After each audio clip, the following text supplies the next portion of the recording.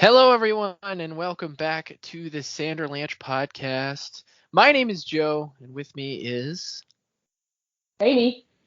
Dak. And Data. That's right. This week we are finishing the book, the Shadows of Self book that we are reading, chapters 24, 25, 26, and the epilogue, wherein Wax chases down Bleeder. And then Bleeder, talks about how she doesn't want him to hurt him, and he's ruining her plans, and how everything sucks. And then, meanwhile, we're flashing back and forth between that and the speech, where things aren't going too well with the speech. And then they find out there's somebody soothing the crowd, and that's not good. So they're trying to figure out who's doing that. And then when they do that, the brawl breaks out in the alleyway, and then we find out that all the things that Joe said are true, and that Bleeder is Lessie, and that there's a spike that takes her out. And then Wax is big time sad at the end of the book. And then Aradel becomes governor, which is fun. And then Melon does a fake suicide, which is also fun. So that is it for this week. We're about to get into these chapters. Get ready, listeners. I'll try not to boast too much. The Sanderlanche is about to begin. Riddle me this now and riddle me that. Does anyone really know the mind of the bat? Wherever you're going, whatever you do, a man in the dark keeping watch over you.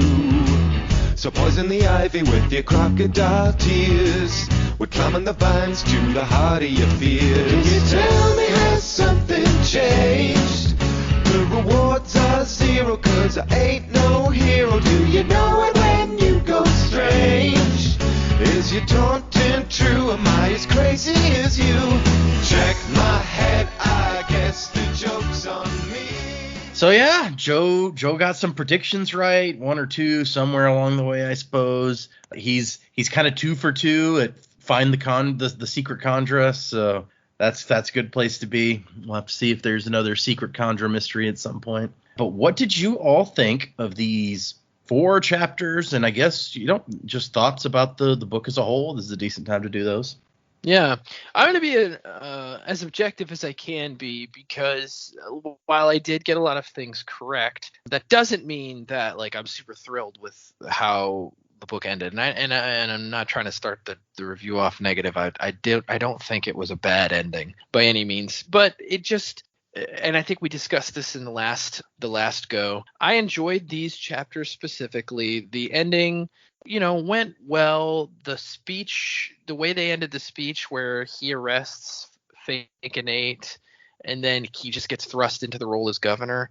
I felt like that was a little heavy-handed, very predictable move. The reliable, sturdy cop shows gumption and leadership, and then he becomes the guy in charge. That to me seemed a little on the nose, but that's okay. So yeah, as a whole, I would say I really enjoyed these specific chapters, but as far as an ending for the book, we end on a down note, and not in a fun way, because there's no, I guess, for me. So for example, things that I like that end on a down. Empire Strikes Back. It's a great movie. Ends on a down note, but you've got the possibility for the next film, or the next book in this case, to come back, and our heroes kind of triumph over good or evil or whatever. And we do have that possibility here, but the specifics of why this ends on such a down note is because we've got our main character who's basically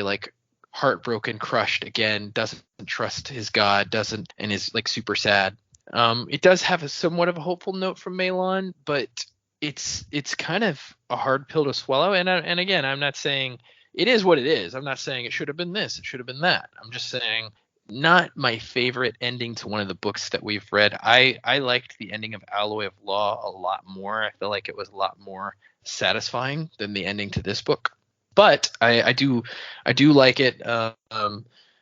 We, just like Alloy of Law, there's still a lot of stuff that we haven't tied bows on or wrapped up or even know what's going on with. We still have the mystery from the first book that we really didn't even touch on that much this book. I think there's one meeting between him and his uncle, and that's mainly focused on Bleeder, not so much the rest of what's going on. So interesting middle book I guess not middle, but interesting second book in this series. A lot of ups and downs for me. As a whole, I would say I enjoyed it, but didn't quite stick the landing in the way that I would have preferred.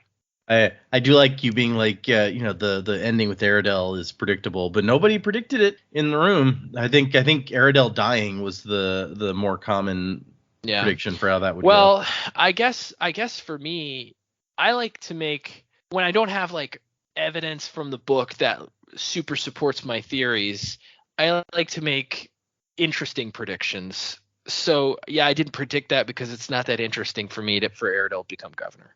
It's not like a super interesting move. Fair enough. It could set up for that other theory that I had, though, because, Aradel doesn't super like working with wax, so we may see a third book where the governor, Aradel's like, yeah, we don't know that we want you working with our constabulary anymore. You may have to go it on your own if you're going to do this stuff. But who knows? Okay. Yeah, I think, first of all, well done, Joe. As soon as I read it, I was like, yep, all lines up really nice and neat. Joe's on the money. So I have to agree on their own as chapters. I thought they were good chapters, but I just feel a little unsatisfied with the ending. Like I think I was expecting more than Leslie wreaking havoc to bring down God because he made her do something she didn't want to do. I feel like we're at a bigger mystery and there's got to be more things involved. Like I'm kind of, obviously there are people that she's working with. What's happening to them? Like what was their motive in it, or is it just that they wanted to follow her? Like I've got questions, and I feel like obviously we're going into another book, and the Band of Mourning, I'm sure, has got something to do with how Wax is feeling right now. But I feel like it didn't really get as wrapped as what I would have expected. Even though you don't expect it all to come, beautifully tied off, I don't think we got enough out of it, in my opinion. Also, poor Wax. Holy cow, that poor guy having to watch her die twice and then to realize that she's actually a Chandra. Like everything he knew is a lie. And also, yeah, so like props to Steris because he's really good and really understanding. And I hope we get to see more of like Steris and Wax's relationship in the next book rather than her sort of just being on the side and not really thought about, because I think she's going to be really interesting as a character, and I know she's got seems to be a really understanding partnership for now. Her life is sort of all put on hold as well, and obviously it's not as emotional for her, but she understands that Wax has got to go through what he's got to go through, and it's just that would just be such an awful situation. I think the scene was well written. I just didn't expect that to be the end of the book. Yeah, I do like that we've kind of through this book been liking Steris more and more, and then that ending, it's like, you know what, you're awesome, Steris. If we didn't already like you, that's a really nice thing to do in this sad moment. Yeah, absolutely. But I think, and I agree, we don't get like a really good explanation of like, Bleeder had all these people working with her. Where did they come from? I feel like the implication is, or what I've always thought the implication is there, is that, Maelon's like, she got this medal from another god, basically. And so I feel like the people working with her are also in the service of this other god. But that's just like the impression that I took from the ending. I don't know if that's accurate. Yeah, I mean, there's obviously a bigger mystery to play out here. You've got the question of who's Thrall and all that sort of stuff. I just felt like it was very, I'm just going to throw that in here. Mm-hmm. At the end, and it, to be continued, and it just sort of came out of nowhere for me. I mean, there might have been hints along the way, but I feel like there was so many other things, like Jack was saying in our last episode, that he'd forgotten about this in the beginning and this in the beginning. There was so much. It might be because of the way we read the book that we are looking at more details, but I think I get a bit lost with there's so much detail to take in and remember that I sort of expect it all to come back. And I think the original Mistborn trilogy that we had, and it might be this way because we're only halfway through the series, it might be that all this stuff we're kind of picking up on throughout the books so far do come back into play. Bits of knowledge we're picking up throughout the story. I I kind of look for all these things and expect them to kind of tie in a bit at the end. And for me, I just don't think we got enough of the puzzle, I guess. But having said that, like, it is the middle of a series, and there's plenty more to go, which I'm sure will be unraveled. But I think this ending, in terms of all the individual books, this ending is probably one of my lowest of what we've read so far. Okay, fair enough. That's and I agree. There's lots of open things left, and I do like that one of the things Dak brought up, where he's like, "There's all these things hanging." In the last episode we did, he talked about the inventor's daughter and how she kept showing up, and is like, what's going on with her? And we kind of did get a little bit of a wrap up to that, and that I thought that was a nice moment. But other than that, I agree. There's lots of stuff left. Yeah, there's lots of questions. But having said, on the whole, it's still a good story. Like, I still enjoyed it, and there were definitely parts of the book that they were paced really well, and they were exciting, and you wanted to read. And like, I'm the type of person that you sit me in front of the TV, or you give me a book to read at night, and I will fall asleep, right? It's like my thoughts get turned off in my head, and I'm exposing my thoughts to something else, and my brain just goes, well, you're pretty tired, maybe you should just go to sleep. And a number of occasions reading these chapters, like at night, I'd get to the end and go, damn, I really want to read more. So it was gripping enough that my tired brain was able to stay awake. Now, there's no reflection on anything that I've read. It's just me. I'm the type of person that I fall asleep at the movies. If I stop thinking, my brain goes, okay, we're done. But yeah, no, that was good to know that I could read these late at night and still be like, oh my God, what's happening? So yeah, on the whole, I still really liked the book. It's just probably not the ending I was looking for. Yeah, that's fair. Yeah, no, so, all right, these I agree, like, these chapters on their own were pretty good. I think it was a bit of an abrupt ending, and I feel like this book, more than ever, I've felt that our format of reading the books hamstrung the book a bit. The others, I think it still kind of worked. It was like gripping and engaging, but in this one, I feel like we just needed to read more of it at once, or together, to really grasp what was going on. I don't know, that might just be me. So at the end of this book, these final chapters, not gonna lie, I got to the end, put down the book, and just went, did I just read the Well of Ascension ending again? And I'll explain what I mean. There's this book seemed to rehash a lot of the Well of Ascension's greatest hits. Like, it had the Kandra bad guy hiding beneath suspicion turned out to be someone that I guess you could say is very close to the main protagonist. And then right at the end, the heroes learn there's a hostile god out there, apparently, that is going to be raising threats. And at the end of the book, one of the main characters loses his love and is angry at his god for it. I'm like, wow, yeah. It's playing a lot of the hits here. And I think that it did some of those things better than Well of Ascension.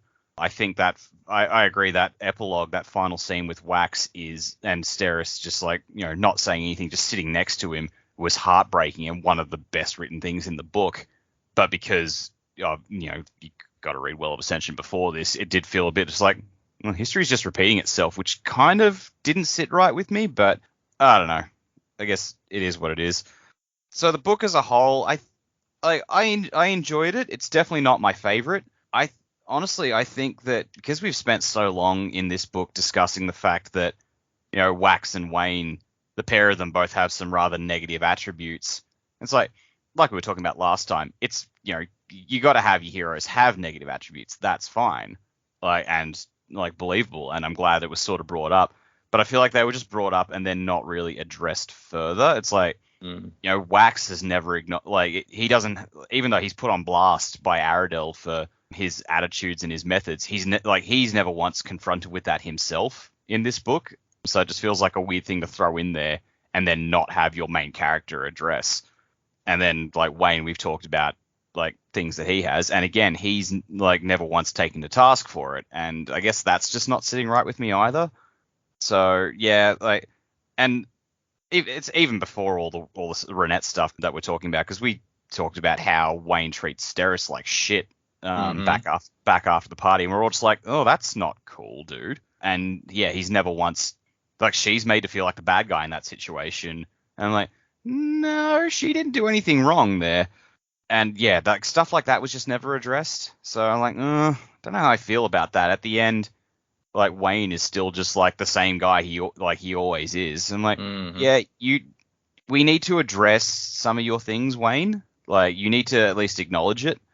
And this could be favoritism because we like Steris so much, but yeah, it's just I feel like those two need to acknowledge some of the wrongs they're doing, which they both had a spotlight put on those in this book, and then in like that, but they still never had to actually do anything about it themselves. So that was weird. But also, totally not the best time for Wax to be going through that because holy fuck, this man needs therapy. But yeah, we'll see how this goes. Like at this stage, I'm like, oh, is he going to spend book 3 like Sazed spent book 3 last time and railing against God? That's an interesting question. Yeah, seems like a pretty serious thing that he's not going to get over real quick. So yeah, I guess he has more of an excuse for it than Sazed did in Hero of Ages, but nonetheless. Yeah, because like God's kind of actively involved in what happened here, and it is really interesting that you make the comparison because the person who was going through it before is now the God that is like that he's upset at. So it's it's a really weird but yeah. I feel like the band-aid they try to put on it in the epilogue is when she says like he won't give him more than he can bear, and it's like, well, I guess. But yeah, I'll agree with you about one thing, that I think these shorter books suffer more from the way that we're reading bits at a time. Because when I read this book, and I got through it really fast because it's not a very long book, and for one thing, the Khandra, like her being Lessie, I have rarely been more shocked than I was when I got to that. And I was like, holy no way, because I was actually with him right up until the end because he thinks this is the Khandra has that it's a trick. And so I was like, oh, obviously he's right. I mean, that's a really sadistic trick that this Khandra is pulling. And then it kind of pulls the rug out from under you to be like, no, it's not a trick. And so I was like, no, it couldn't. And then it is so heartbreaking. Like that whole last section with him all the way up to from when he realizes it up to the end of the book. And I was just like, it really hit me hard. Yeah. And the way that we're reading it, Joe had time to like put the pieces together. Put some pieces together, and we talked about it. And you even were like, you know what? Now that we've talked about it, I think maybe I put some stock in Joe's suspicions here. Yeah. So that really kind of undercuts, I suspect, the how hard you get hit by the ending. Which is fair. Yeah, maybe I'm doing a disservice. I'm sorry. But like on that point though, it's like I don't think it's the shorter books themselves because I don't feel like Alloy of Law suffered by the way we read it at all. In fact, I think it really actually benefited from how we read it because like I was enjoying the ride. There was natural stopping points. I think this one, because again, this is a book that pretty much, aside from the epilogue, takes place over the course of 1 day or 2 days. Yeah. And like from the governor's speech onwards, like at the early in the book, it's like the same day. Everything's just going. So there's no real natural stopping point for us to stop and take stock of the situation. No, Alloy of Law had a very tight time frame as well, but there were breaks in the action enough for us to get there, whereas this one, it was just relentless. Yeah, and I think there's also part of what makes it feel a little muddled, to me at least, is that in Alloy of Law, Wax always has like an idea of like what he's pursuing, what he's going to do next, and they're always like on their way to the next thing that they're going to do. And in this one, in the middle of the book, Wax spends a lot of time just jumping around the city back and forth, trying to figure out what's going on, and sometimes not really having any idea what to do until Bleeder shows up and tells him, like starts talking to him again. And so it's like, okay, well, that he doesn't feel as proactive to me in this one as he did in the first one. That's a fair assessment. It's less like it does have the crime story elements, especially at the start when they find the body and they're trying to track down what's going on. Mm-hmm. But yeah, it's very heavily reactive in the back half of the book. Yeah, because it's harder. A lot more detective work in the first. Yeah, because it's easier to do detective work on people. You're trying to figure out who they are. You've got all this information. With the Khandra, it's like almost no amount of detective work is that helpful because the Khandra can just switch to another body and you'll never figure out who it was. So like I feel like it gets bogged down in this like inability. He's still trying. Like he's talking to the guy who drove the cab and trying to figure out stuff and investigating the fungus that's glowing, but then it turns out that Bleeder basically left all that stuff specifically to direct him to certain places. So it's like, oh, well, Yeah. I guess fuck him then. I did it 35 minutes ago. Ozymandias. Yeah. So, yeah. Okay. I guess let's get into these chapters. This chapter 24 is the shortest chapter in the book, and it's Wax chasing after Bleeder. He's like, she's clearly done some practicing with this steel, but she's also clearly not Marksman. Like, Marksman had this approach that he took to fleeing using steel, and she's not the same, not as skilled. Which really makes a lot of sense, because it was while he was chasing Marksman that he saw Bloody Tan in the street, so it would have been hard for her to be both of those guys. Yeah. And so he's trying to figure out a way to cut her off, to direct her kind of more towards where he wants her to go, rather than where she might be trying to go. And just as he's about to catch up, she spots him, and they kind of fall, and Wax lands gracefully. You can't run from me, Bleeder. Maybe we can find a way to heal your madness. Your reefer madness. And she's like, no, I'm not going to be a slave again. Would you clasp the manacles willingly on your own hands? And he's like, well, yeah, if I'd gone crazy and murdered a bunch of people like you, yeah, I would absolutely want that. I would definitely turn myself in if I did that. Yes, thank you. Which it's interesting, because that kind of pairs up with what Wayne says when we get to the end in the epilogue, where he's like, if she was in her right mind, she would have wanted you to stop her, just like Wax is saying here. Yeah, that's true. And then also, like, if Lessie doesn't know that about him, if Bleeder doesn't know that about him, then she's obviously not like she's confused. Yeah. And she's like, what about God? Will Harmony accept his punishments? The people he lets die, the people he makes die. So there's a big hint for you. Yep. And that's the mask drops, and it's Lessie's face, and that's a dramatic moment to end that at. So the implication there is anytime she's worn the mask, it's been Lessie under it, yeah?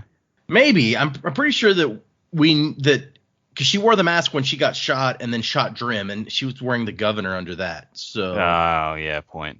Yeah, that's true. I guess I'd kind of assumed that Lessie was her true body form.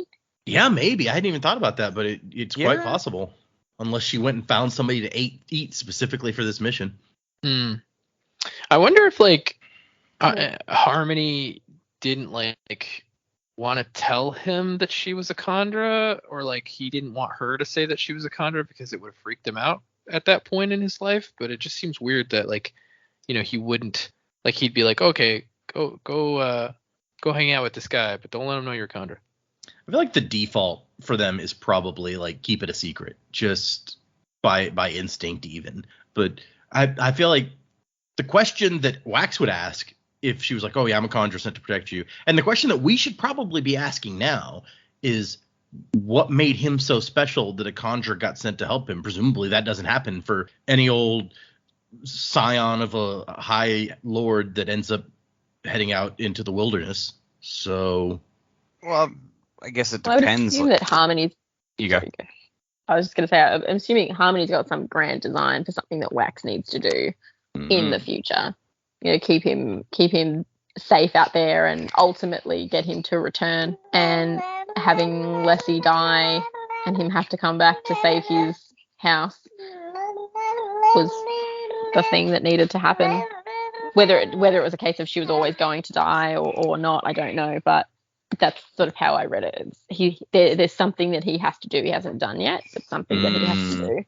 So yeah, at that point, it's like, okay, so what should we be expecting this now? Is this coming up? Like, is there some big thing that he's gonna have to do? So okay, yeah. Dak, did you have a thing?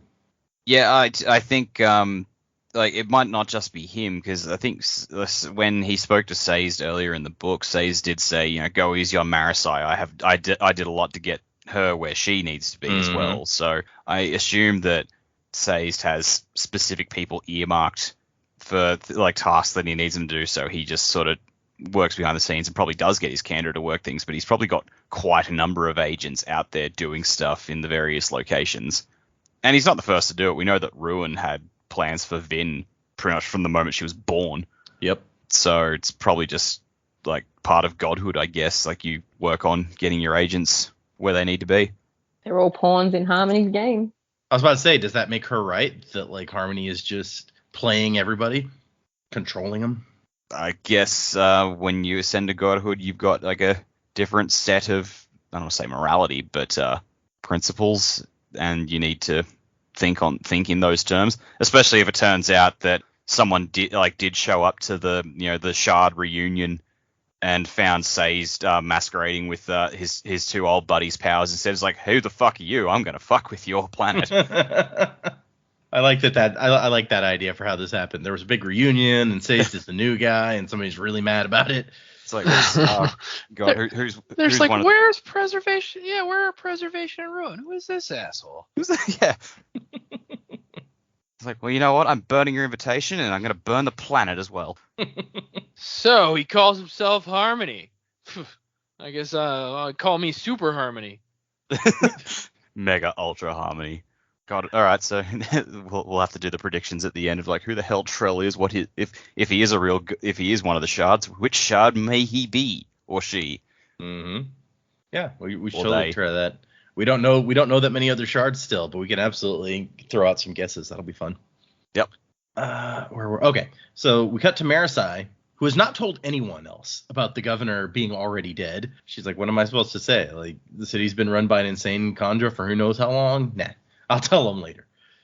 And so as fake Aradel, so fake Innate, Malon Innate comes up to the mic basically to talk to the crowd.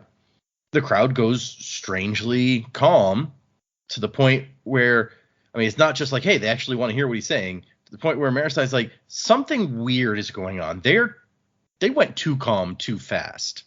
And then she thinks for a second. Yeah. Are these soothers, is this soother and writer, are they not very good? Like, I feel like it's a basic tool of your trade not to like crush somebody with your power, or else it's going to be super obvious what you're doing. Well, as I recall, the more people you're affecting, the harder it is to be like precise about it. So I guess that's true, because even when Breeze was doing it in the first book, he had a whole room of people doing it. Yep. Yeah, and even last book, Marsh, like when he did it to Marisai was like, I know this is wrong. There is something very wrong about this. Marsh is but I think that's just because Marsh isn't good at it. Yeah, Breeze is way better at soothing. Yeah. You'd think he would have had time to practice in the last 300 years, but whatever. I mean, he might just what can you like do? Doing it.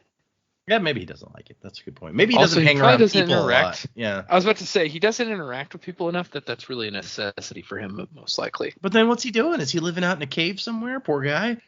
Yeah, like if he's Batman, he's got his Bat cave, his Marsh cave. Yep. I mean, people think he's literally death. I don't think they want to see him wandering down the street in broad daylight being like, hey, what's up, guys? That's why he's got the big hooded cloak. Although if he's death, maybe he has to be good at soothing, because like when people lie dying, he comes to them and it's like, no, don't feel bad. It's all good. It's going to be all right. I kind of doubt he actually does that, but let me dream, damn it. We know that it would like preservation came to people just after they died, like everyone in the last series. I wonder if like Harmony is keeping up that tradition. He's just like, oh, you're dead now. It's all right. And so Marisai's like figures out there's a soother here, and it must be Suit, because the set has access to Allomancers that they could be using to help bleed her. And so she's like, it doesn't matter how good the speech is. When they figure out it's not going the way they want, they will drive the crowd into a frenzy. We have to do something. And I love the conversation with Reddy where she's like, hey, Reddy, there's a soother somewhere. And he's like, huh? No, don't be silly. Everything's fine. Reddy, how do you feel about me? Like, are you annoyed at me? Angry that I hold a position that you shouldn't? Or that you should? Jealous at all? And he thinks for a second. He's like, damn it, you're right. I usually hate you. But all I feel is a mild dislike. That was a great moment there with Reddy. It's like the excellent way to get him on side. Yep. And I like he finishes with, no offense. I usually hate you so much. No offense. No offense. It's just a fact. Yeah. And she's like, I can't even feel offense. I can't feel anything strongly right now. We had to stop him. And she makes a good point where it's like, no, they can't be hiding anywhere. They won't want to mix it in the middle of a bunch of people. They're about to turn into a murderous mob. So we'll find them somewhere like on the sides. So back to Wax. And he is not happy to see Leslie's face. And Bleeder's like, man, again with the guns, you lean on him too much, Wax. How often do I have to point this out to you? And he's like, you dug up her corpse? You monster. And she doesn't disagree with that. She's like, I wish I hadn't been forced to, but strong emotion is the only way to get free. But I mean, this would have been, if the Condra hadn't been Lessie, this is a good technique to not get shot, because he's just like, I don't think I can shoot her again. Like, I can't do it. I mean, he does do it, but at first he's just like, I don't think I can. And she starts trying, just like, starts trying to convince him that she kind of was always, and he's like, no, you're not Lessie. And she's like, I guess I wasn't. I mean, I was always Palm the Conjurer, but I wanted to be Lessie. Doesn't that count for something? And he's amazed. Like, Palm has Lessie's mannerisms, her voice, everything down so perfectly. And he tries to call Harmony, but he doesn't have his earring in. And I don't know if you guys picked up on that before Joe's theory, but like, he sent that package off to Renette to make into a bullet, and then after that it was like, oh yeah, he took out his earring. He can't talk to Harmony anymore. I thought he was just pissed at him and just was refusing to put it back in. That would have also made sense. It's interesting that the earring becomes such a like plot point again, kind of like Vin's did. Well, and honestly, you said that just now. I didn't even think that it was his earring that the spike was made into. I just assumed he'd seen some of the spikes already, so he knew he could make them out of a metal, or just put two and two together and just asked her to make one. So we cut back to Marisi and Reddy. Melon's talking over the projector, the voice projector. They got some helmets, some aluminum-lined helmet, but they've only got a few, all donated by Wax. So, hey, Wax is helping out. He's kind of difficult, but these are probably extremely expensive given the price of aluminum, and so, he's contributed. Good guy, Wax. And so Reddy's like, okay, we're going in. Let's hope they don't have a coin shot with them. Keep your helmets on. I don't want the Soother taking control of any of you. Which Marisi's just like, I mean, that's not something that can happen. It's not 100% inaccurate though. Like, yeah, okay. If you've got your hackles up to punch the Soother, and the Soother says you don't want to punch me anymore, it's basically the same thing. Yeah. These are not the droids you're looking for. Yeah. And apparently the set brought a lot of dudes with them to protect the carriage with the Soother and the Rider in there. So there's a very quiet fight going on in this alleyway between the cops and the set's forces. Cut back to Wax and Palm, and she's like, maybe I should have come to you, had you help me with my plan, but he's always watching. I'm glad you took the earring out. At least my words meant something. And he's just like, stop. And she's like, what, stop loving you? My life would have been a lot easier if I'd been able to do that. So this is, once again, some like a conjurer who was not prepared to have to create their own personality like she apparently did with Lessie. And she got very, very invested in this person. The first time, her first experience being her own person, basically. And she fell in love, and she didn't like it when that had to stop. Invested like investiture, I get it. But Tish. And she's like, I'm gonna have to do something about you. Get you out of the way somehow, for your own good. Still don't know what to do about Wayne. Couldn't bring myself to kill him. He followed you here to help you, and I love him for that. But he's still Harmony, so probably better off dead than the way he is now. I guess that was a bad thing to say. That's when Wax is like, no, in his mind. Like, this person's talking about killing Wayne. I can't let that happen. Cut back to Mary. So she knocks the gun out of his hand and falls, and she shoots him in the leg with her aluminum gun as they're falling. Ow. Yeah, right. We go back to Marisi, who's watching the battle, and her forces are not making much headway. And then she's hearing Melon. She's given the speech, but she's not sounding authentic. It sounds fake. And so making all these promises, like the governor up here making these promises, yes, we'll fix the problems that you are having. We'll make things right. But sounding fake about it just pisses the crowd off. So she's like, I mean, it's not Melon's fault, but this is not going the way we need it to go. And so she decides she needs to get to the carriage. She can't, like, sneak around. So she's going to have to make her way through the middle, basically. She kind of tries to go along the side of the alley, but it's too narrow and everyone's fighting everywhere. But no one's paying her that much attention. So she's like, oh, good. I'm used to being ignored. This is great. This is perfect. And so she's just like, okay, fine. I'm going to walk straight in. And she just starts going right into the fight and then throws herself down as if she's been hit so that she can then crawl to the carriage, which is, I guess, fairly clever. No, I really like this. I thought that was a great move. Yeah. And I guess Reddy notices because when she quote unquote goes down, she hears him curse her name. I mean, it's entirely possible he didn't notice the thing and he was just like going, man, fucking Colm's got us into this situation. That would be hilarious, actually. But she finds 2 guards still at the carriage, and I love that she decides to use her powers to trick them into leaving. So she like flicks on her allomancy briefly, and it's like, oh, and just enough so that they notice something weird's happening, and they're like, oh, there's Metalborn in there. And so after a couple of times of that, they talk to the people in the carriage, and they go off to help, which lets Marasai hop in there and pull out her gun. There's a pudgy woman on a bench with a lavish gown of 3 silken layers and a man sitting beside her. His suit very stylish and modern. The handgun Marasai leveled at them was, on the other hand, quite traditional. And I like because I have a theory that a gentlewoman should never resort to something so barbarous as violence to achieve her goals. Wouldn't you agree? And they're like, yeah, no, totally. And then we cut back to Wax, and Bleeder's like, stop obeying Harmony. You have to listen to me. But he finds the gun, and he has his very dramatic line where he's like, you're wrong about me. I'm not Harmony's hands. I'm his sword, before he fires. And so his earring has been turned into a bullet, which has half powder, so it doesn't go super fast, and it doesn't break apart. It just goes right into her and stays there, right beside the bridge of her nose. So now that she has 2 spikes, Harmony can take control. And she freaks the fuck out when she realizes what has happened. No, Darth Vader. Like she's just like, oh, I got shot. What the hell? Like, do you really expect that to work? And then Sage just goes, yep. And she's like, oh no. Welcome back. Why? Hello. I've missed you. And so we cut back to Marasai, who's dragging the Soother along, and Reddy has made it there also, and they're going up towards the front of the crowd. And Marasai's like, you got to stop them. And the Soother's like, I'm trying. It would be easier if you weren't choking me. When do I get to speak to my solicitor? I've broken no laws. I was just watching. Meanwhile, the crowd is turning against Meilon, and she's not taking it well. You should be grateful I've come to talk to you. And Marasai's like, damn it, that's not the right thing to say. You're letting your annoyance get the better of you. And Meilon calls the crowd miscreants. And Marasai's like, maybe she's getting too into the character of the governor, because she actually kind of does sound like him, and that's not a good thing right now.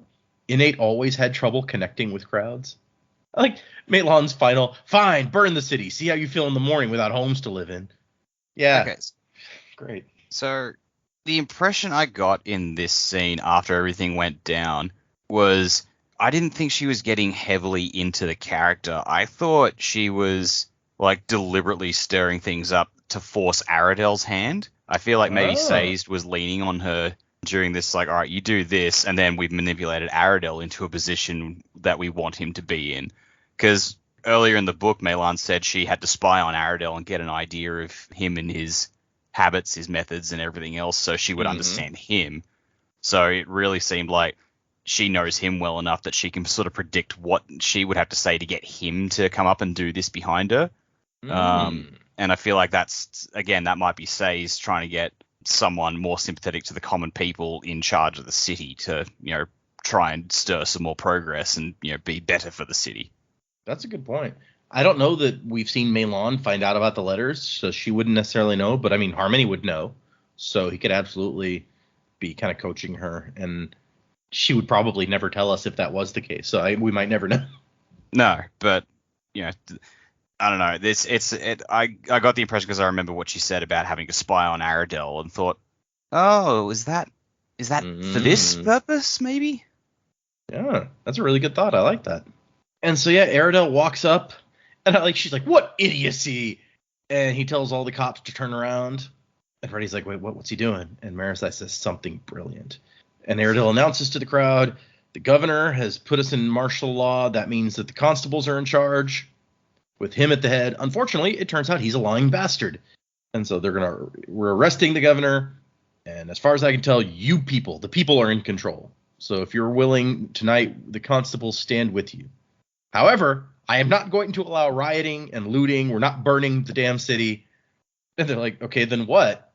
And he's like, we are the people of Elendel, and we're tired of being led by a pack of rats. I have proof that at least 7 House Lords are corrupt, and I want to arrest them tonight. I could use an army if you're willing to help.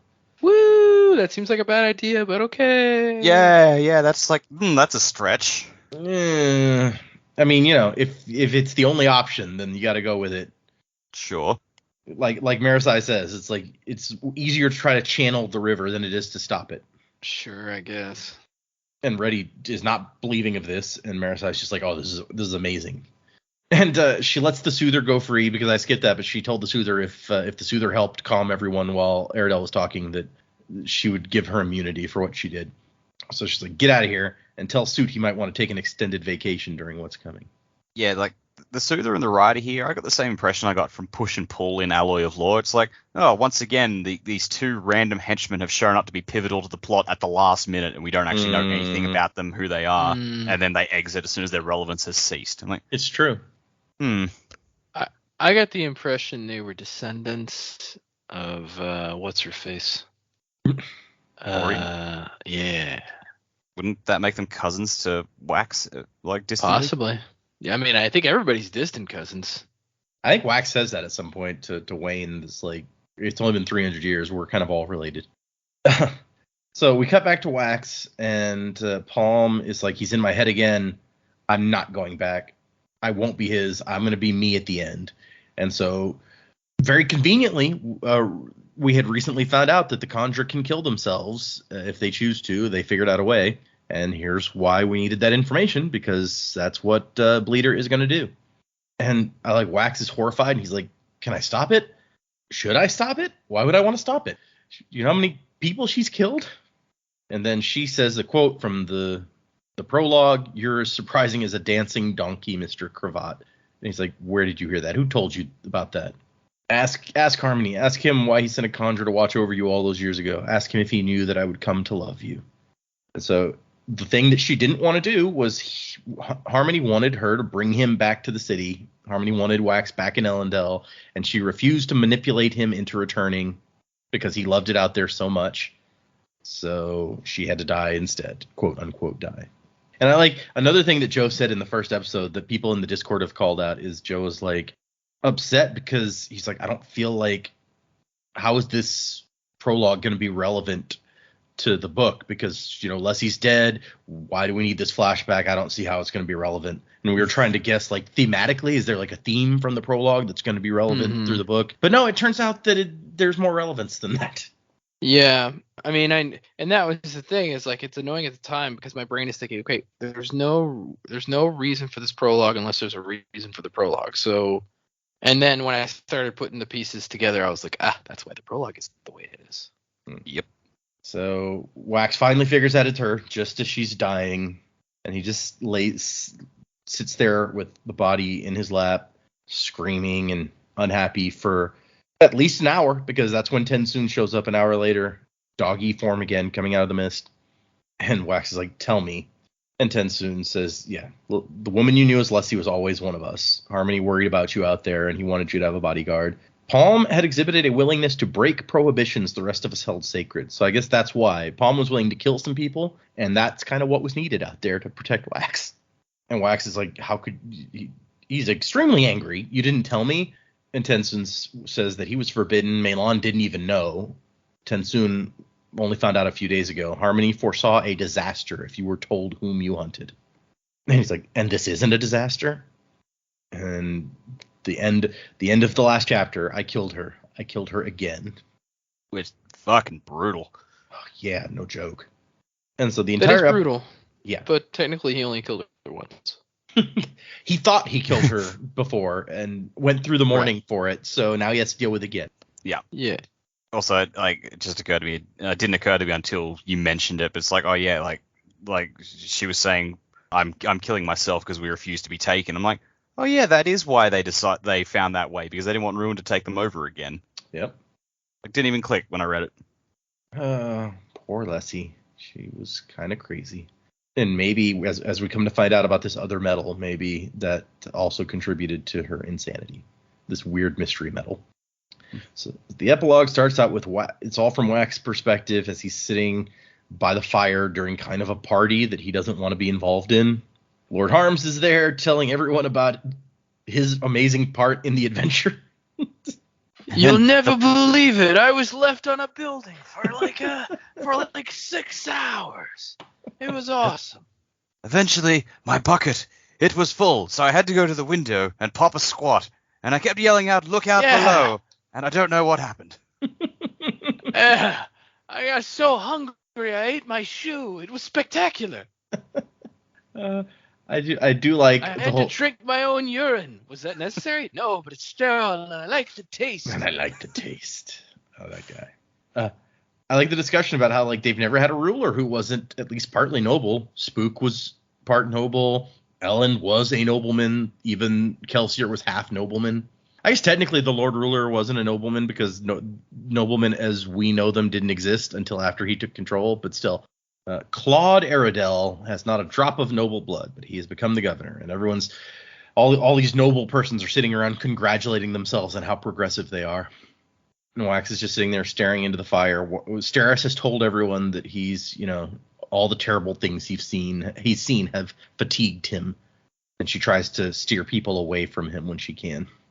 Awesome lady. I don't know, maybe having a party at all was not a great idea, but I don't know whose idea that was. So, Like, it's at their house? I think it is, yeah, because they're the last ones there after everyone leaves. I assume then it's like that's got to be Lord Harms who did it. He's come down from the building and it's like, "Hey, what happened?" And it's like, "Oh, we saved the city." And he's like, "Brilliant! How did that happen?" "Oh, it was Lord Wax." I'm like, "Great, party at his house. Let's go." I'm his father-in-law. I have the right. Could be. Like Wax has just like come in absolutely devastated, probably still carrying Leslie's body, and just like, "Oh my god, I can't. I need to just go and cry for like 3 days." And there's a pounding at the door. He opens up. Lord Harms is at the door with a crowd behind him. It's like, "Let's go!" He's got a bottle in each hand. Like, yeah. They've delayed the wedding so Wax can recuperate. And Wayne is here on crutches. I guess he never found his metal mines because it says that he can't heal without storing up some more health. Either that or they'd already run out before she took them. But I don't think that. I mean, if they'd already run out, then why would he have cared? Maybe she destroyed him. Could be. I feel like in my mind, she took them, put them somewhere, and then later someone else was like, "Damn, 2 big pieces of gold. I'm taking these." Yeah. One guy hung around to loot the governor's mansion and found them. Right, exactly. Or like that butler who was so snarky with Renette was like, "Hey, these are nice." Main villain of book 3. Let's go. I mean, Wayne was pissed when his hat got stolen. Imagine his metal mines. Right? And so he comes up to Wax on crutches and is like, "Hey, let me tell you about my plan to get the whole city drunk." And Wax is like, You're not going to poison the city, are you?" He's like, No, it's fine. Not poison, drunk. Come on. This is going to be amazing. Best plan ever. And I like when Wayne gets up to go, he stumbles and is surprised about his wounded leg. He's not used to having a wound like that he doesn't heal. Welcome And to then being the rest of us, Wayne. Right, exactly. Normal. Enjoy. Ain't nothing making Wayne normal. Yeah, okay. He gives some advice that his paw gave him about bashing your face against a wall until your lip bleeds, which, yeah, okay.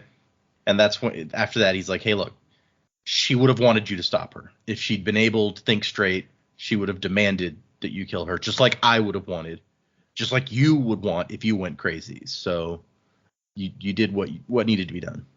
And then as he goes off, he runs into a teenage girl, Sophie Tarsal. And is like, "Hey, aren't you the daughter of Remington Tarsal, the guy who invented the incandescent bulb?" And she's like, "Wait, you know my dad?" "Yeah, that guy, he was robbed, I say. Genius."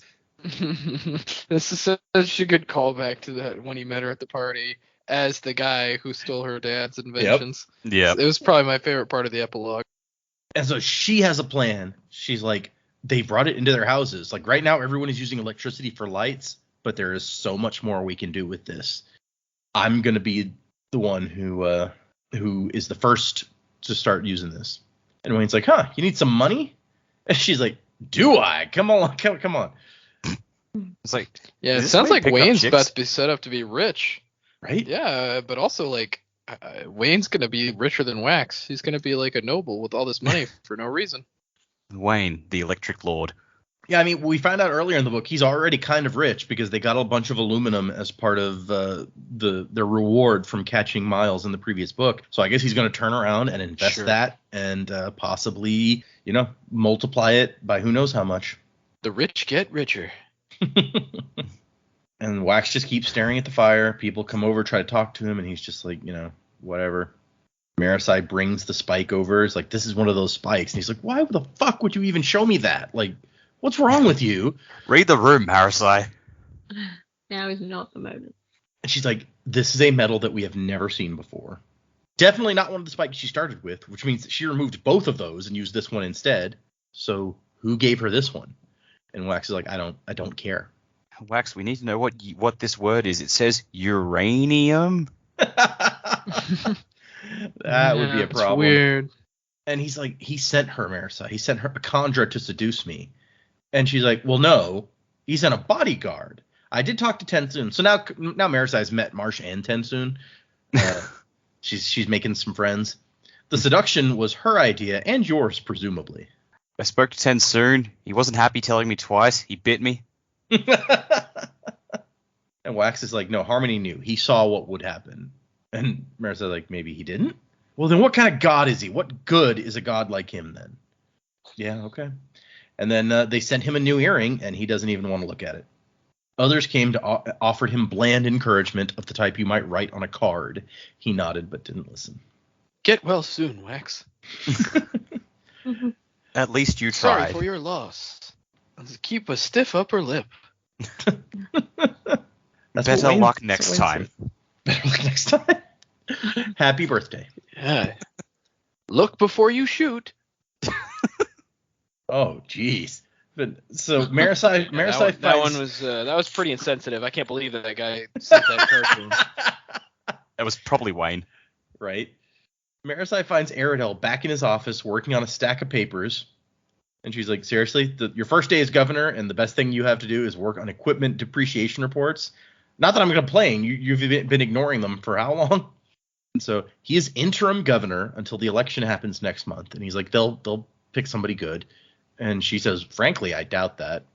He's like, oh my, what have I done? Why didn't you stop me? Because you had an army. I'll run. I'll refuse the appointment. I can't be happy like this. And she's like, well, the ones who are happy with the role, they've had their chance. I'm kind of excited to see what happens now. It's like, sorry you're not happy, but at least your wife's not making you eat bananas. She probably still is. It's like, you're governor now. You have to eat healthy. Yeah. I wonder if she's like excited that he's governor, or if she's indifferent, or... Yeah, we don't really know much about his wife, except for the banana thing.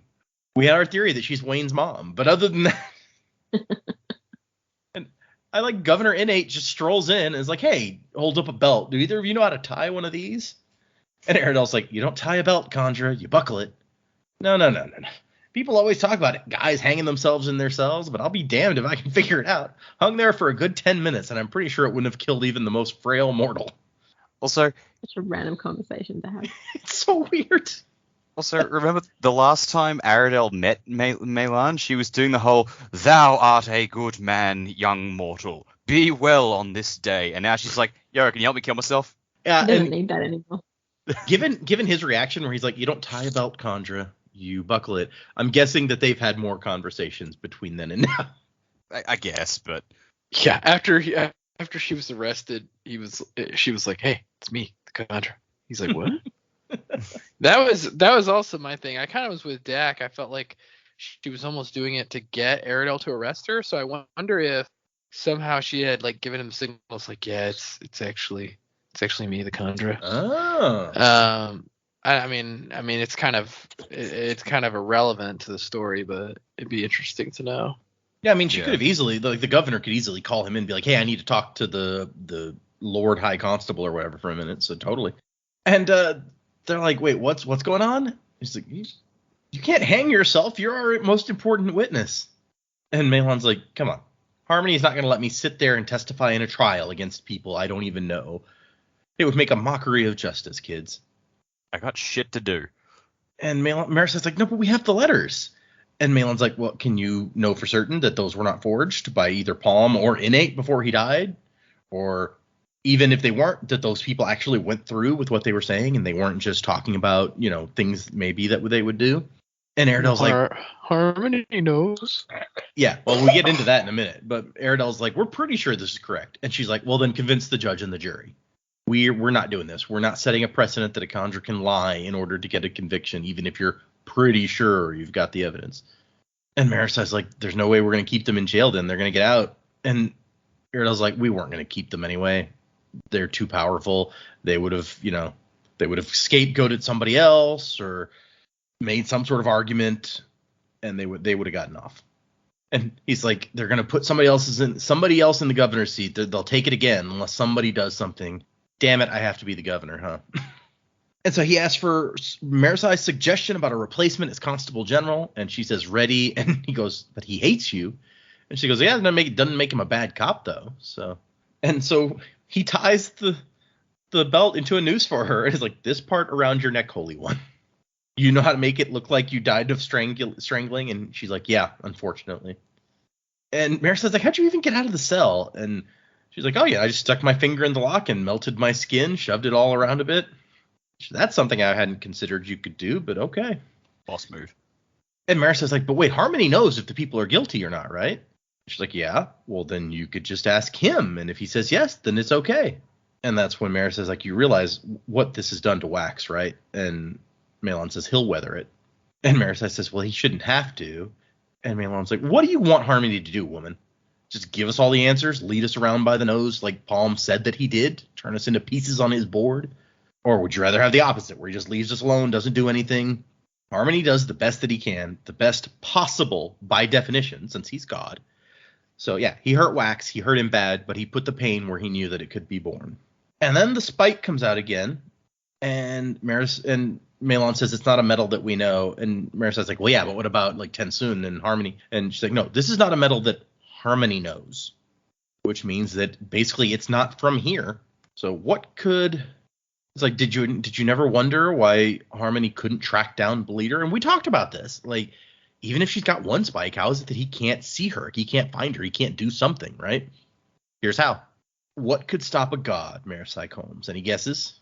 Another god. Congratulations. You found proof of something that terrifies us. And Marisai thinks back to Miles' 100 Lives and the god that he spoke of as he was dying. And now she's kind of worried about this. She wasn't at the time, but now maybe there's something to it. Who or what was Trell? And we cut back to Wax for a final couple of paragraphs where he's just sitting there as the fire dies. And Steris steps over, sits next to him. Nobody says anything, and then he just turns and rests his head on her shoulder and starts crying. And that is the end of the book. The end of the book. I don't know. Personally, I mean, yes, it is a down ending, like Joe mentioned at the beginning. Personally, I think it is one of the best and most powerfully emotional jobs of an ending that he's done in the books that we've read so far. I like it a lot. I think it has the intended effect. It's like very, very well done. You don't feel good about it, but it's definitely well done.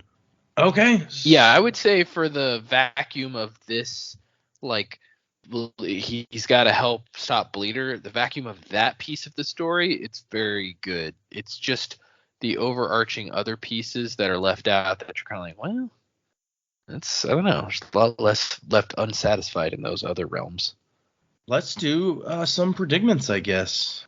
What do you guys think is coming? And what we talked about something else that we wanted to predict. What was that? I forget. Did we? Yeah, somebody said hey, this is something that we can talk about when we get to predicaments. And I was like, that's a good idea. That'll be interesting. And now I don't remember what it was. Oh, that might have just been me saying Wax is going to spend the next book hating on God like Says did. Maybe. When I go back in the editing, it's going to bug me. Okay, well, anyway, predicaments. What do you guys think? Where are we going? What's going to happen? Oh, I remember. We were going to guess at what shard Trell could be if Trell is a shard. Oh, I've got something for that. Oh, I don't know. I don't know what the thing with Trell is. So Trell, here's the thing. Of the shards, we haven't really come into contact specifically with other shards in our readings so far. Mm-hmm. But of the type of magics that we've seen, metal, metallurgy, has only been a characteristic of Rune and Preservation so far as we knew. Right. Metallurgy is not something that we've seen for the other shards. So if it's a metallurgical type investiture power, I mean, that's the only clue that I could really have.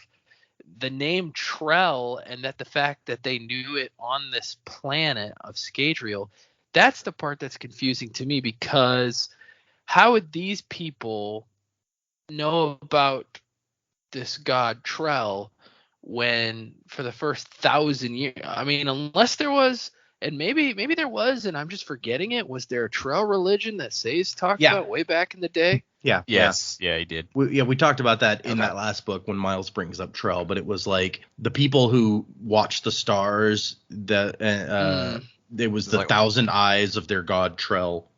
1,000 eyes of their god Trell. Interesting. So, space dragon? The space dragon Trell? I don't know. That's a tough one. If it's a metallurgical investiture of some kind, and we're talking about that it can be used for hemalurgical purposes, I'm going to go ahead and make the assumption that the same type of spikes were used on the creepy creatures down in the homeland. Yeah. Because we don't know of any hemalurgical magics that can do that to peeps so far. So I'm going to assume that is the same kind of magical spiky spike. So that's a little perturbing. I don't know. Maybe perhaps the hemalurgy is piercing somebody with the investiture of Trell. Like you couldn't, like maybe, and this is just me guessing, I don't know how hemalurgy works, but maybe you can hemalurgy any type of investiture if you have a spike. So if somebody's got Trell power, you could hemalurgy Trell power by spiking somebody with that power. So maybe even though the investiture's not made through metallurgy, it can be passed on through stealing it with hemalurgy. Yeah, and I think we've actually talked about that before, because in one of the Ars Arcanums, last book. Yeah. What's her name? Chris was theorizing that like hemalurgy could have effects like through the other magic systems, like could be relevant across the Cosmere. And if I recall, you were like, I don't see how that could work. Like I don't see. And we talked about like, could you like spike an Elantrian and get Elantrian powers into somebody else or something? So yeah, this is as much, see, and you guys are talking about this, and see, this is how bad my memory is. I don't remember any of that, but that's fine. So yeah, maybe that is true. Maybe what we were discussing is a possibility, and the Trellian powers were put in a hemalurgical spike, and that's how she has them. But what Trell is or does, or what the powers are specifically, seem a little too vague. If I had to guess, based on the fact, now making people into creepy critters, I don't know what that would be, but based on the fact that she was able to use powers longer with these special Trell spikes, maybe it's some kind of, not preservation, but some kind of other like storage investiture power. But I don't know. That's as close as I can really get without having more information. I feel like I don't know that I have all the pieces really to make an educated guess on that. But the watching thing, like a watcher, 1,000 eyes watching, like I don't know how that plays into this at this point. And maybe we're not supposed to, but I don't see how it plays in yet. So not sure on that. Where do I think these folks are going? I think I made my predictions for that a couple of episodes, and then at the beginning of this one as well. I think in the next book we're going to see a Wax that's kind of like done working with the constabulary. Maybe he's going to have to be dragged back in at some point during the book, but he also might be working under the radar doing his own thing, and maybe the constabulary doesn't want his help. So that's a possibility for sure, I think, especially given what's happened now, and he's pretty upset. It'd be kind of interesting to see him go down a dark road. If the next book's called Bands of Mourning, maybe we really are talking about some kind of bands that Harmony made. I almost wonder, because you can store memories in your frickin' your ferrochemy. What do they call? Metal mines, or your metal mines, bands, whatever. So maybe he stored the memories of Tindwyl in some metal mines, and those are called the Bands of Mourning. I don't know, because he's too sad about it still. But I think there are a lot of parallels, and I think the line that we discussed in the epilogue makes a lot of sense given the parallels. It's like, yeah, he put the pain where he knew that Wax could bear it. So because that is the pain that he would say is Harmony would know. He would know that pain. He's like, yes, I went through something where the person I loved the most died, and I was somewhat responsible for her death, or felt responsible for her death. So I know he can bear that. So maybe that's what the Bands of Mourning are. I don't know. Be interesting to find out. But and maybe that's what this next book will be about, him coming to terms and understanding Harmony more. I will say this book leaned a lot more heavily on the original trilogy than the first book in the series did. And so my guess is that's going to be, while they're going to get into hopefully the set and finding the ladies and all that, I think that's going to be a continuing theme. Is that it's going to, there's going to be more Marsh coming into play, the Khandra, and maybe not. Maybe this is a one-off to kind of give you give the fans the old trilogy a taste of it, and now we're not going to focus on it as much. But I feel like with the anger with Harmony at the end of this book, I feel like you can't just let that lie and not include old characters in the next book. I feel like they're going to have to come into play again. And I feel like this book, there were a lot of strengths for this book, drawing from old stuff, but there was also a good amount of weaknesses drawing from old stuff, because to a certain extent it kind of hurts its own lore by drawing too heavily from that well, no pun intended, for that stuff. But I'm giving predictions, but then also kind of giving my overall assessment of the book. If I was going to give this one a number, I don't remember out of 1 through 10 what I gave Alloy of Law. I think I gave it a 7.5 or an 8. I would give this one like a 7. Okay, so not far behind it. No, it's good. I like it. I like Alloy of Law a little bit better. I like portions of this, like the kind of mystery horror stuff. I really liked those parts of the book, but they're really such a small portion of the overall story of the book. I couldn't say that it doesn't override Alloy of Law, because Alloy of Law was such a strong starting book, I feel like, for this character in the series. So okay, I actually tend to agree with that. A lot of people say that they think Alloy of Law is the weakest of the 3 books in this era so far, but I tend to agree with you that, at least as far as these first 2 go, that I like that one a little better. Yep, right there too. I have one thing that you made me think about when you were talking about Trell and like the possibilities there that I wanted to bring up. So the thing that occurs to me based on the stuff that we've talked about so far, because we made the jokes about, like, Harmony's new at this and one of the other shards is pissed off or something. So it's possible that while Trell was a name of a god that people knew, over 1,000 years ago, if another shard is newly interested, maybe because of Sazed in what's going on, they could easily have maybe slipped into and used the name of something existing to advance their own agenda. And so it's possible that the 1,000 Eyes or whatever of that original one don't actually have anything to do with the new, what we're seeing now. But who knows at this point? Just my thought on a possibility. That is a good thought. I always have to take your thoughts with a grain of salt, because I feel like sometimes you're throwing dissension into our ranks when you come up with a thought of trying to misdirect us, quote unquote. Yeah, but I would say that while I like what you're saying, I actually would find it more interesting if it was this god from the old days, and at some point where there are 3 shards that were kind of hovering over Scadrial, and then the two of the shards were like, get the heck out of here, and Trell's like, all right, I'm leaving. You're not invited to this party. Okay. Ooh, or maybe Trell is Hoyd. Ooh. Sexy drifter strikes again. Ooh. Third thought. Sorry to interrupt again. Third thought. Another one. Got it. That little short story thing we did, the narrative thing, the old guy that Hoyd talked to was they made mention that he was watching, and so maybe he's Trell. Okay. Maybe. Yeah, because Hoyd was like, you were watching, you sly old lizard or whatever. Yeah. Trell Lizard. He could be a lizard. Trell sounds like a lizard name. Okay, so I don't know what to expect out of our next shard. I haven't really thought that far ahead. I like Joe's thoughts on that. But yeah, I'm not really sure what I think is going to happen. I'd like to see.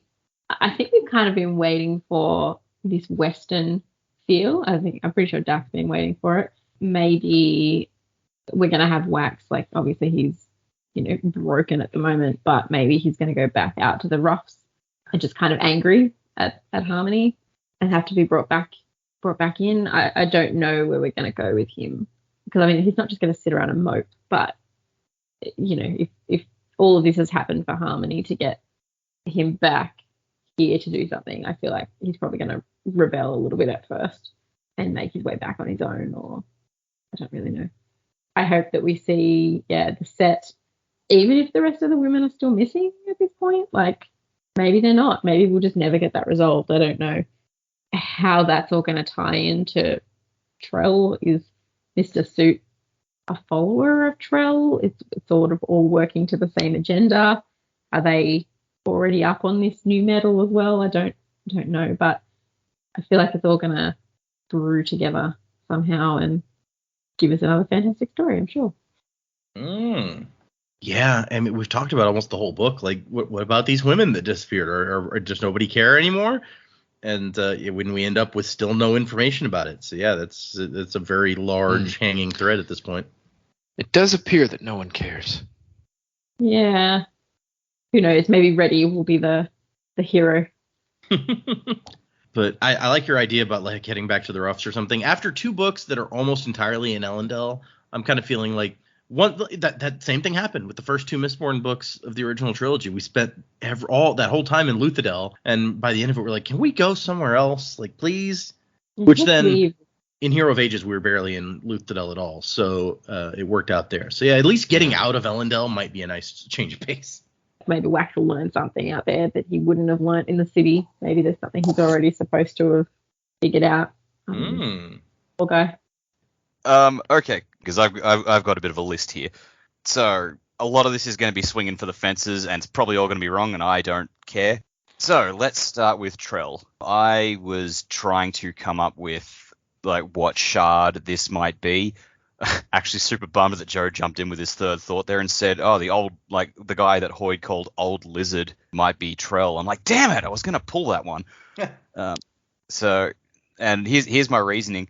Given Trell has the whole lots of eyes thing, the Old Lizard is watching, and one of his a major plot of Trell's was to get on board one of the Kandra, who are Harmony's eyes and ears.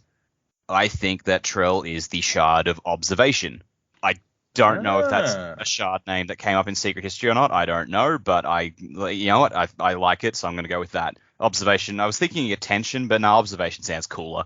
I feel like this guy doesn't have a planet of his own like the other shards all seem to. He just kind of roams the cosmos watching and waiting, and he's seen what's going down on Scadrial, and it's like, okay, I might need to take a more active hand over here because this shit ain't right. Someone's intervened on our 16's grand plan here, ignorant of the fact that Addy and Laris fell out. And the thing I was thinking about the religion, because you make a good point that it's an old religion that may not have anything to do with anyone. How would people on Scadrial know? The thing is, we know people from other planets can come and go to Scadrial. True. So it could be like someone else who worships Trell came through one of the perpendicularities and sort of slowly spread things way back when. And that's why it's a religion that people are aware of on this planet. So I like that. I hadn't even considered, that there's been traffic for who knows how long. So yeah. Yeah. But you have to wonder, it's like if people are coming and going, what are they doing here and what are they leaving behind? So it's entirely possible that like some belief systems have sort of spread, and even if they're not 100% accurate anymore, like they might have changed a bit as people adopted them on the planet, but like the bare bones of it are still the same. Yeah. So yes, I think Trell is Observation. Okay. To clarify, definitely not one that was mentioned in Secret History, but we know very few actual shard names at this point. I think that's why I feel comfortable inventing one. Yeah, no, I mean, you would have to invent one because the only ones we know of for sure are Ruin, Preservation, and then if you want to call Harmony a separate one, that's kind of separate in itself. And then we learned Devotion and Dominion when we were on Cell, yeah. And we also know that they are both like dead. So probably it's not one of them, which means that you would have to make up a new one. There's the only way to guess. There were a few names that were mentioned in Secret History. I can't remember what they were. Oh, there were some names that just came out randomly that we wouldn't even know if it was a chart or not. I remember that now that you're thinking about it. I feel like someone listed a couple of them, like 4 or 5. Hold on, now I'm going back to Secret History. 1 second. That type of investiture. I'm just curious with Cell, like if the shards are dead and their investiture is still there, is it like a situation where Preservation's power remained even after he was dead, or is it a situation where like somebody the power is still a portion of the power is still there, but like could other shard bearers have taken those shards and gone off world? So I don't know. Like I think was it the Hoy chapter? Someone said something about like they were dead or like they weren't coming back or something, or splintered. Yeah, was that a word we hit? Yeah, splintered. Yeah, maybe splintered. Yeah. Well, and Chris in the thing that we read before the short story had this whole theory about how like all that investiture that was out there was like somehow making the geography like sentient or something weird like that. Like there's some weird stuff happening. Ooh, the like it planet's was gonna turn like to Kurt Russell. Yeah, like the planet itself absorbed the splinters of the investiture. That'd be weird. Cool. This planet is alive. Yeah, all right. So that's my first part. To sort of add to that, I think the set overall are Agents of Trell. I think Miles had to have picked it up from somewhere. I think he was sort of ribbing Mr. Suit because he wasn't a believer or something, but I feel like Suit might have outplayed him and just left enough breadcrumbs for Miles to come to something, and so now he's picked it up and from there. And I feel like the set are trying to get things into a position of power to present it all to their god, like present the planet to their god. Is like their like the he says, oh, we weren't working with Bleeder, but I'm just like, well, you were riding the coattails and you seem to be pretty well informed, at least. So it's possible you were on the inside track with everything there. Because, I mean, I don't know how Bleeder would have gotten a hold of that coin from way back at the start of the book. So I think that would have had to be Suit's involvement. So I think they were in tandem. And the truly horrific thought I got out of that was like those monsters in the tunnels that we met, they might be some of the kidnapped women. Oh, I hadn't even considered that. That's like mutated with like hemalurgy. Because I flipped back to the epilogue of Alloy of Laws. See what was it Miles yelled when he was dying and said something about the final metal. So I think that could be this. The final metal, the men of red and gold. Yep. Yeah. So I think that's where that's at. So that's my theory about the antagonists for this series. For the protagonists, next book, I agree with Jamie. I think Wax is going to head back out to the roughs. He's going to wander and try and figure out what the hell his calling is, because I think he feels like, all right, if Harmony has directed me to come back to the city and I don't want anything to do with Harmony, I'm going back to the roughs. Mm-hmm. Fuck him. And he'll just wander, have adventures, meet Kolos, ride a giraffe. Let's just see all the fun shit go down of a man who's like trying to find some joy when he's just utterly ruined. And he will have left Wayne as a sort of steward of sorts to run the household. Probably not voluntarily, but Wayne just kind of stepped up and did that after he left. Because I feel like Wayne is going to be the head of a new electricity empire. And he's going to try and use the Ladrian household to, as like the noble industry, the noble affiliation with this industry and getting things put out there. Anytime Wayne trades something, he's going to leave either a business card or some sort of electric device that people will find useful. And it's like, that's a good trade. I gave you a nice radio or something. It would be nice if he was finally trading stuff that people actually wanted. Yeah, and he'll have this whole empire, so he'll have the goods to be able to do that. He just keeps a backpack with him. It's like, oh, yeah, here's a nice boombox. Like I said, whole lot of, I don't expect many of this, if any, to be true, but right. People like when we swing for the fences. Right, yeah, they love that. One thing that I latched onto in there was talking about the coin, and we did talk about throughout the book, like Suit is the one who would know about that, right? So Yeah. Maybe he's working closely, or Bleeder was working closely enough with him to get that information. But I've always taken it to be that story is one that he told Leslie at some point, and then when he's thinking back, like how could Bleeder have found out? That doesn't occur to him because Leslie's dead, and he's like she wouldn't have told anybody about that. I have no doubt that Leslie knew the story, but I don't think she had the methods to actually get a hold of the coin. Well, he says that he sold it before he went out into the rough, so who knows where it ended up, I guess, yeah. Yeah, I don't know. I feel like it would have been easier for Suit to track that down than Bleeder, so. Quite possibly, yeah. And I found the part in Secret History you were talking about. You're absolutely right. I'd forgotten. It names a few shards. Chris says, yeah, they're all pieces of God: ruin, preservation, autonomy, cultivation, and devotion. So the only new ones in there are autonomy and cultivation. Yep. I feel like Trell could be autonomy. That might fit. I guess it Could depends. Autonomy is like such a kind of conceptual thing that I feel like you could go a lot of ways with that. Preservation or ruin are more like I get what those mean, but autonomy could mean a lot of different things depending on how you're interpreting it. I feel like. What was the other one you said? Cultivation was the other one that we hadn't heard of. Cultivation. I feel like it's not cultivation. Yeah, I don't think so. I'm gonna stick with observation. I like that observation. That's cool. Yeah, no, that's a good one. I will tell you, with everything that's been published so far, we know the names of, I think, like 14 of the 16, so that we don't even, as a fandom, know all of them yet. You know most of them. That's something. Yep. Okay.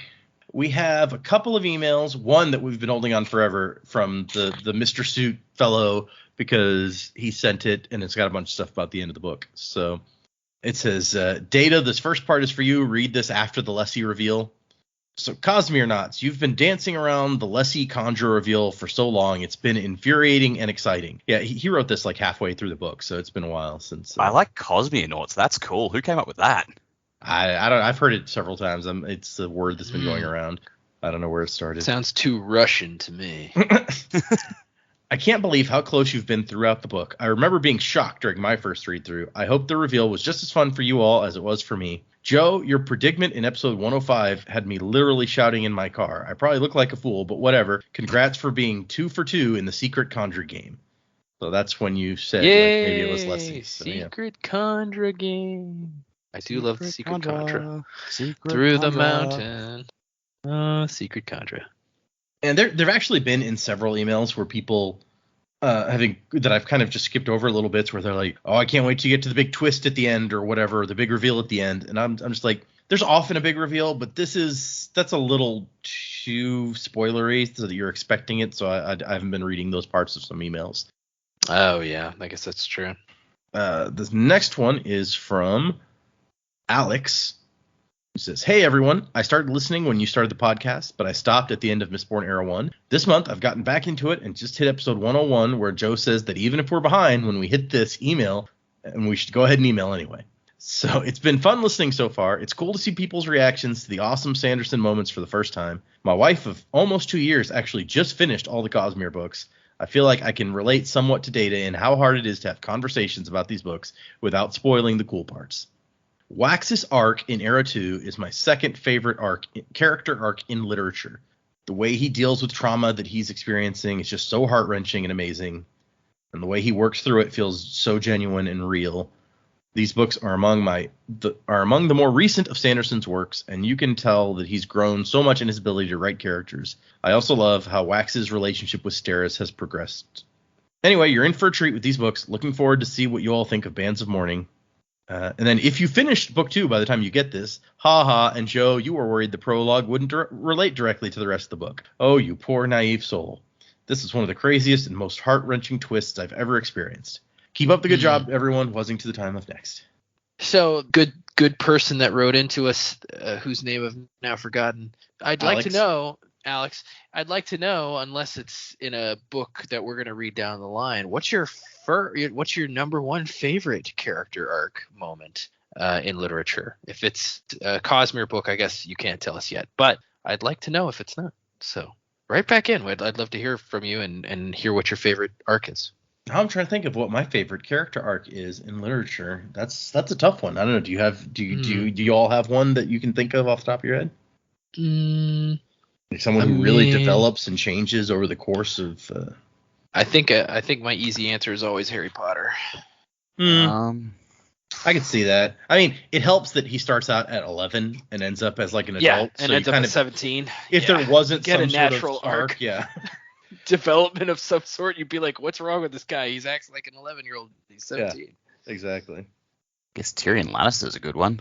I know that series isn't concluded yet, and a lot of people hate what happened to him, like his attitude in book 5, but...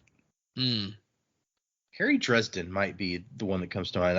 I love that series so much that it comes out a lot. But that's definitely a good one. One of the things I really love about how he writes is that like you see him learn things, and sometimes he has to be burned by the same thing a couple of times before he learns a lesson. But you see him learn and change as it progresses, and I love that.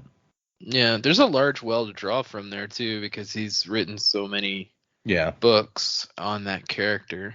I guess it's sort of hard to evaluate because like I've got to say, when thinking about books I like, favorite character arc is not something that normally enters into my head. Yeah. I don't really have one that I can think of. I was thinking about Name of the Wind, but Kvothe doesn't. Yeah, he really didn't change that much, at least not yet. Yeah, he. I mean, you know that he has changed a lot because of the wraparound, but he's mostly the same, like cocky kind of asshole that he always was in the parts that we. I mean, he's a little kid when the book starts, so he does change, like going, living on the streets and then going to school and stuff. But you're right, he's still got that kind of cocksure attitude in a lot of the books, parts of the book. Yeah, the books, the 2 books. Yeah, the 2 books. There's only 2, and there will probably never be another. It was so funny. I was in a play, and this lady, the director's wife, she was helping out with the play, and I noticed her fastidiously reading during rehearsal one time. So I said, "Hey, what you reading?" She goes, "Oh, it's something somebody just turned me on to. It's a fantasy book, and it's about this boy, and he's part of like a troupe that sings and acts, and then his parents get killed, and so basically she's describing Name of the Wind. And she's like, and now I'm in the 2nd book, and I said, oh no, I'm so sorry. She said, what? And she said, what? And I said, well, because she specifically said, she's like, I'm almost done with the 2nd book, and I know the 3rd book hasn't come out yet, and I hope it does soon. I mean, I don't know how if I want to finish reading this, if I'm not going to be able to read the next one pretty quick. And I said, yeah, that's not going to happen. Yeah. Oh boy. You hate to see that. Yeah, but we're not here to disparage writers that we're upset with. So okay, thank you, Alex, for the email. That led us down an interesting road. And I'm still just thinking. I'm looking through the books on my Kindle, like character arc. Who had a really great. Now, like if you said like TV show, like Zuko's character arc in Avatar: The Last Airbender, that's an excellent character. Oh yeah, that's a good one. Just like looking at the books on my shelf, and like there is one which I've actually read them in ages. I should probably do that, like reread them again. A series. It's kind of like I guess you could call it steampunky, like airship, but it's also got Western overtones to it. It's like Tales of the Ketty J, it's called. It's 4 books long. I haven't read the fourth book. I'm actually just looking it up now. It's like I should get the 4th book. But like the captain of the ship in the 1st book especially has a brilliant character arc there. It's very simple, but really well done. So I remember really enjoying that one. So in Retribution Falls, the 1st book is called. I'm like, man, I haven't read that in years. I should go back. I'll go back to that one. Probably a classic character arc that always leaves you satisfied at the end is Eustace in The Voyage of the Dawn Treader. That kid really goes through some shit. Is he the dragon boy? Yeah, he becomes a dragon, and then that's the one. Yep. Okay. Becomes undragoned. Iron Man has a pretty good character arc in the MCU movies. We're not talking about movies. Yeah, I know. Sorry, I'm just trying to think of other character arcs now that I went through my books. I mean, most of Iron Man comic is like, oh no, my technology, like that character arc in the first movie and the following movies is ripped straight from the pages of the comic. It's like Iron Man's whole thing is like, oh no, my technology is being used for evil things, and how can I stop this? And I've got to do better and be better. I mean, we never got a really good take on like the Demon in the Bottle storyline, which I was kind of hoping eventually we'd hit on. But apparently they deliberately avoided like the overt alcoholism stuff because Robert Downey Jr. was worried he might relapse if they went too far into it. Then yeah, Interesting. that's fair. Yeah, gotta look out for yourself, man. Yeah. Yeah. Right. You gotta protect your life and your livelihood. Okay, those are our emails. If anyone would like to send us an email, the address is thesanderlanche@gmail.com. Find us on Instagram and Facebook and Patreon and all sorts of good places. For next time, we are reading Bands of Mourning, the prologue, and chapters 1 and 2. So 3 chapters. The prologue on this one is actually pretty lengthy. I wonder if it will be relevant to the rest of the story. Nah. Is it going to be another Wax and Lessie? Oh, that'd be interesting. And yeah, that's been the first 2, right? Like, who knows? I don't. It's been a little while since I read Bands. It's been so I don't even remember offhand what the prologue is. I'm gonna have to go back and not like I don't read them anyway, but okay, yeah. Sorry, I just went and looked at the first page and was like, oh no, I remember this. He's reading ahead. Shun him. Well, technically, like in just a minute, you guys can go read it. So it's not. I guess that's true, but True. I'll probably wait. So, Music by Miracle of Sound. Thank you, everyone, for listening. I hope that you've enjoyed our coverage of this book that we've now wrapped up, Shadows of Self, and we're moving on to yet another book in the Cosmere. We are making our way through the list of all of the books. I mean, We're 6 books in. Yeah, we're That's true. That many novels and then several like novellas and short stories and stuff. So Yeah, we got a lot of thick books under our belt. You know what I mean? We get a new song next week too. We do get a new song next week. I actually just yesterday went and cut up the intro song and outro music for the next 3 books, I think. Are we allowed to know? Even if you don't mention on the episode, are we allowed to know? I can add it to my playlist. Yeah, I'll totally tell you. I'll send you the link. I'll put it in our chat like right after we're done. Glorious. But if you'll remember, this is the one that I was like, I had this song picked out for Bands of Mourning, and I had the Batman song picked out for this one, and then I was for Shadows of Self, and then I was really at the beginning of Shadows of Self when we recorded the first episode, I was like, should I take that one? Does that one fit better into Shadows of Self? And I was, by the time we got to the end of the first recording, I hadn't decided yet which one to use. So this is that other one that was in contention. So all right, that says to me that there's definitely going to be a bit more detective story elements to the next book because that's what this song sort of was. Well, yeah, I wasn't sure that Batman would fit the next one, to be honest. It was more, does the one that I have for the next one fit Shadows of Self better than the Batman one? Yeah. Okay. The mind of the bat. So in case anyone is interested, I have on my outline the entire Cosmere page count or Kindle location count, and then how much we've already finished. And so at the end of this book, we are 35.66% through the Cosmere. Oh wow, more than I thought.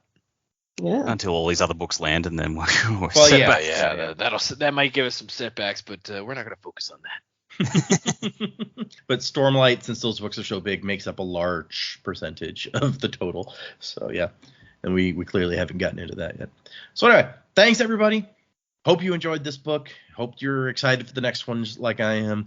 Although it is kind of a bummer that we probably won't have the next one after that by the time we get to this. But I've had to deal with that for years, so I'm used to it. But yeah, wasing to the time of next. Colo?